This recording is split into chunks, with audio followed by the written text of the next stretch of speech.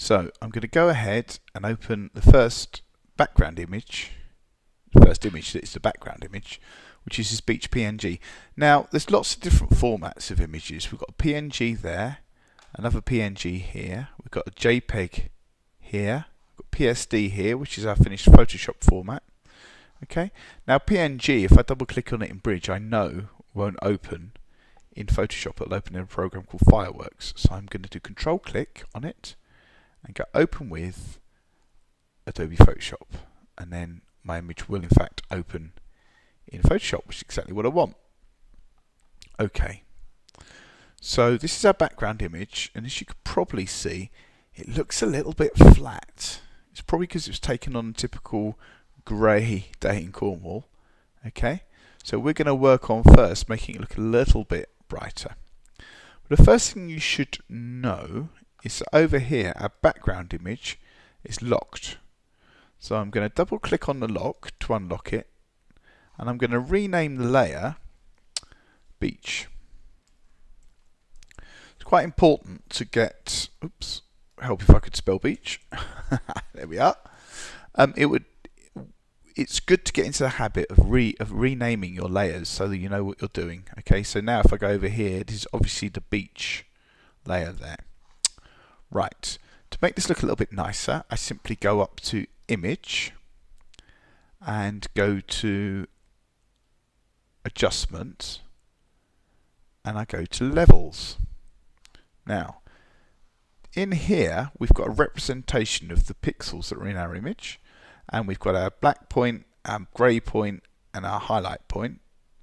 What I'm going to do is drag the black point in to the end of that curve there. I'm going to drag the white point in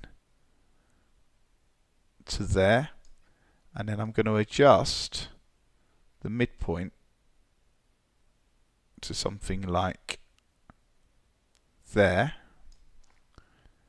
And I'm going to click on OK. Hopefully you can see that's made a big difference. It actually looks a little bit more appealing in there now. Okay. So because we're working on something and doing several steps, we want to make sure that this is saved. So I'm going to go File, Save As, and it's important at this stage to save it as a PSD file, a Photoshop file, which is PSD here, and I'm going to call it Final. There we go, and I'm going to save it in my lesson file folder on my desktop, which is fine. I'm just going to go ahead and click Save there. The Maximize Compatibility box that comes up just means if you have that ticked, it means you can open it in earlier versions of Photoshop, so always leave that ticked there.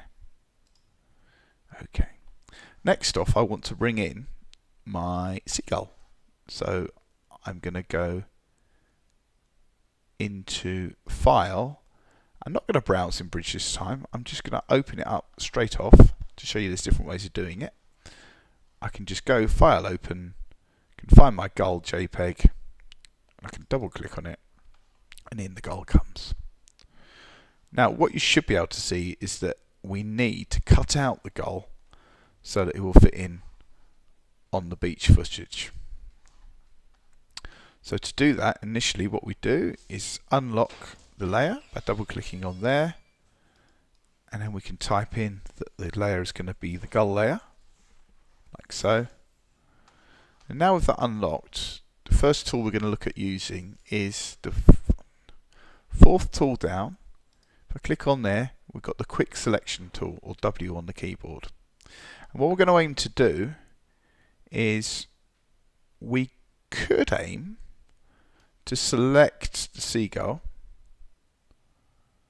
You can see I'm selecting, but now I've selected too much and it's selected the whole thing. You can see that these dotted lines, or marching ants as they're known, are going around. Okay, well, what I'm going to do is, before I try and do too much of this small areas around here, so I'm going to zoom in. I'm going to be doing that by clicking on the magnifying glass down here, the zoom tool, and clicking. So now that I've clicked on the magnifying glass and zoomed in, it'll be easier for me to go around and get this here. If you go in too far, you can hold down the Alt key on the keyboard. And if I hold down the Alt key, you can see it goes to a minus, which means it will zoom out. And if you let go, it goes to a plus, and you can zoom in.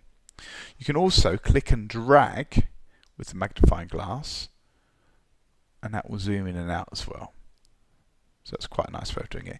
If I want to zoom in, but this isn't, I kind of need the goal more central, and I don't want to mess around with these slider things. If I hold down the space bar, I get a hand, and I can click and drag my image where I need it to be. It's just a little bit too big in the frame, so I'm going to zoom out like so, press down the space bar, click and drag the goal. That's looking a bit better. So now I'm going to go back to the quick selection tool. I'm going to click and drag, going to reduce my size of my brush some more. I'm just going to carefully select what I need selected. So we're selecting the goal because we're going to cut out the goal. You might have to take some time and effort to get this exactly right. I'm not going to spend too much time, just going to do that. That's good enough.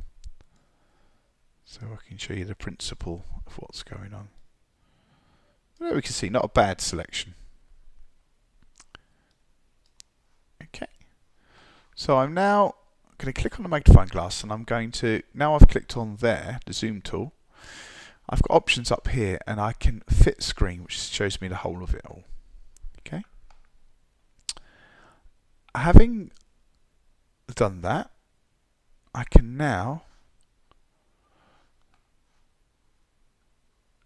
go to the quick selection tool again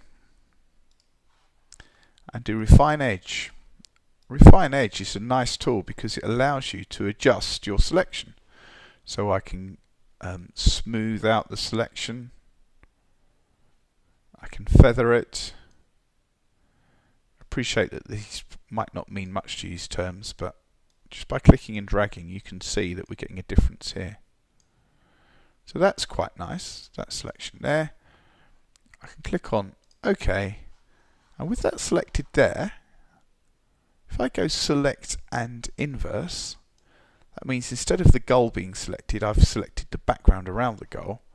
And now if I press the backspace or delete key on the keyboard, I cut out the background. Now I'm going to go File and Save. Goal PSD, that's what we want. I'm going to save that. Click on OK. To get rid of these marching ants, this selection, I'm going to do Command D on the keyboard, and that's my goal cut out. Okay. What I'm going to do next, before I cut out the pasty, is we're going to put the goal into the beach. And the way we do that, let's go back to my move tool, like I've told you we should do, is up here I've got my final image, which has got the background of the beach on it. In here I've got my goal.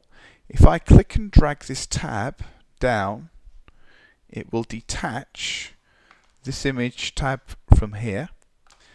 I can then, using the move tool, click in the center of my goal, or anywhere in my goal, move the goal and drop it onto the beach scene, like so. Now we can see that in fact we've got the goal in the beach scene. Okay. Using the move tool now, makes good sense to move my goal down here so that we can't see the cut off edge. And if you notice, by moving the goal in, we've got a goal layer now in our final image.